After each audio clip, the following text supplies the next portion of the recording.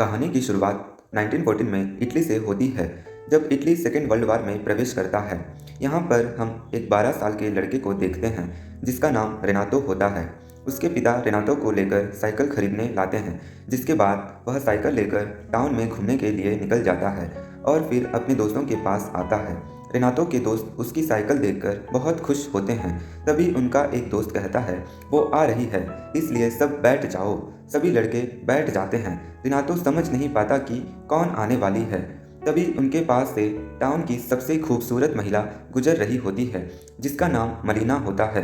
रेनातो उसको देखकर पागल सा हो जाता है, मानो वह उससे अट्रैक्ट हो गया हो। वह मलीना को देखता ही रह जाता है और अपनी नज़र उस पर हटा नहीं पाता। फिर रेनातो अपने दोस्तों के साथ साइकिल लेकर मलीना का पीछा करने लगता है। मलीना के पिता अकेले रहते हैं, जो कि एक स्कूल में टीचर होते हैं, जिनको सुनाई नहीं देता था और ना तो अपने दोस्तों के साथ उसी स्कूल में पढ़ता था।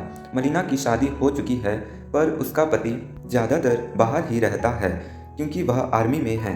मलीना बहुत ज़्यादा खूबसूरत होती है, जिस वजह से टाउन के सब ही मर्द उसे पाना चाहते हैं। उसकी एक नज़र पाने को वो लोग बेकरार होते हैं, पर टाउन की औरतें उससे जलती थी और उसके जैसा सुंदर बनना चाहती थी। इसके बाद हम रेनातो को देखते हैं, जो कि स्कूल में होता है, जहाँ उसका मन बार बार मलीना का ख्याल आ रहा था, जिस वजह से वो पढ़ाई में ध्यान नहीं देता।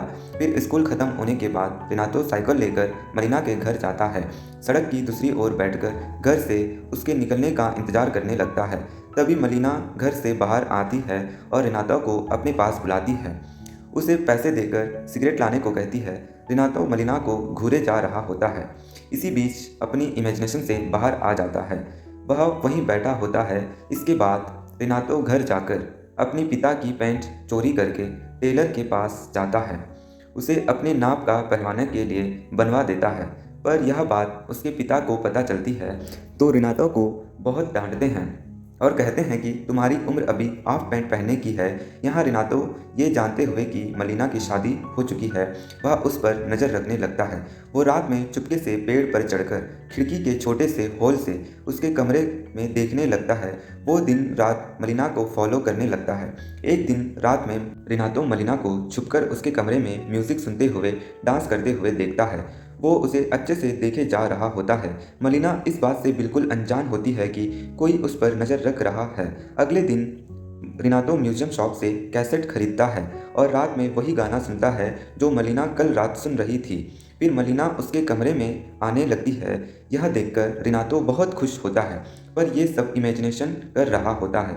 अगले दिन जब रेनातो मलीना का साइकिल से पीछा कर रहा होता है, तब वो देखता है कि टाउन के पैसे वाले लोग, गरीब लोग, यहाँ तक कि बड़े बड़े अधिकारी की नज़र मलीना पर है और वो लोग उसे गंदे नज़रों से देखते हैं। मलीना को ऐसे घूरता देखकर उन लोगों की बीवियाँ उन्हें कहने की बजाय मलीना को ही ताने मारा करती थी। साथ ही उससे नफरत भी करती है, क्योंकि वो औरतें नहीं चाहती थी कि उनका पति पराये औरतों को देखे।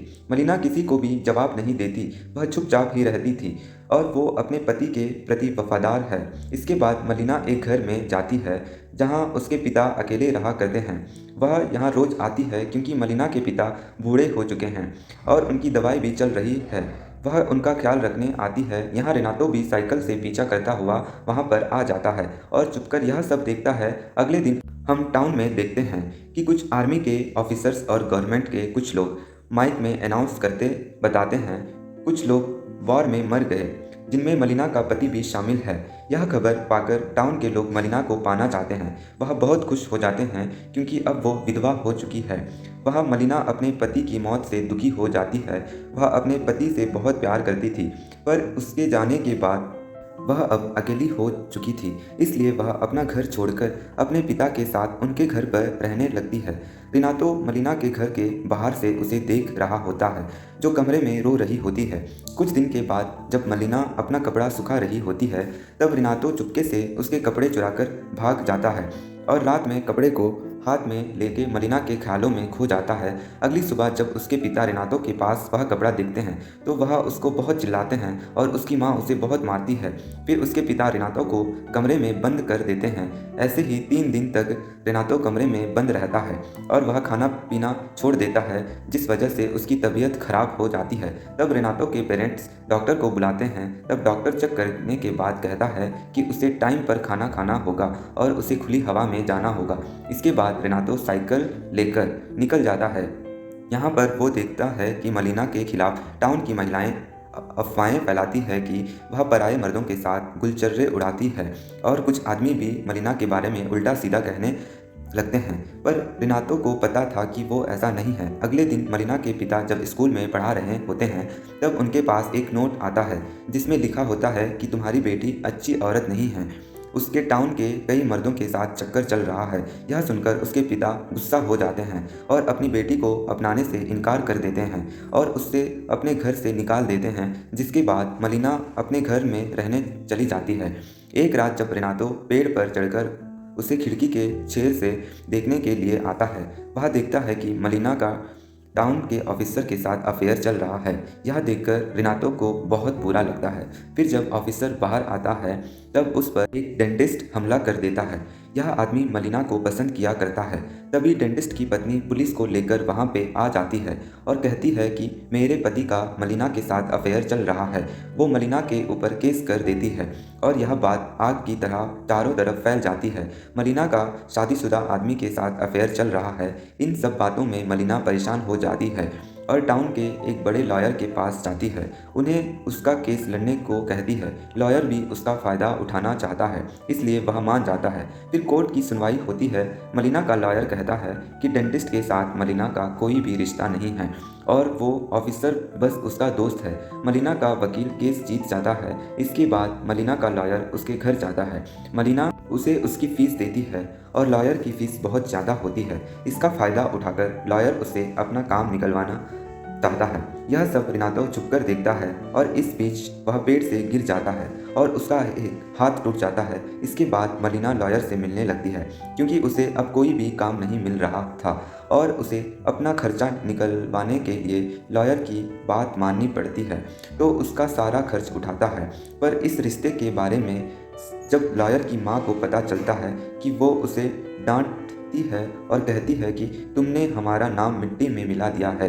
यह सब सुनकर लॉयर मलिना से अपना रिश्ता तोड़ देता है। इसके बाद से मलिना बिल्कुल अकेली हो जाती है। मलिना को कोई भी काम देने की रेडी नहीं था और उसके पिता की वजह से पेंशन मिलती थी जो अब बंद हो चुकी थी। मलिना एक रात अपने बालों को काटकर छोटा कर देती है क्योंकि वो सोचती है कि टाउन के लोग बिना कुछ करे ही उसके बारे में बुरा सोचते हैं, तो क्यों ना वह सच में ही बुरी बन जाए। अगले दिन मलिना शहर में अलग ही रूप से आती है जिसके टाउन के लोग देखते ही रह जाते हैं और वह लोग एक विधवा के बजाय इस रूप में देखकर उसे बहुत खुश होते हैं। मलिना खाली चेयर में जाकर बैठ जाती है और सिगरेट जलाने के लिए मुंह में रखती है। तभी कई मर्द उसके पास आते हैं और एक आदमी उसकी सिगरेट लाइटर से जला देता है। मलिना सोचने लगती है कि जब उससे अच्छे से जीना चाह तब लोग ने उसे ऐसा करने नहीं दिया और अब सभी लोग उसकी मजबूरी का फ़ायदा उठाना चाहते हैं, इसलिए वह भी अपने फ़ायदे के लिए और पैसे कमाने के लिए गलत काम करना शुरू कर देती है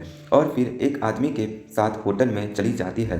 रेनातो यह सब दूर से खड़ा होकर देख रहा होता है। यह सब उसको बिल्कुल भी अच्छा नहीं लगता।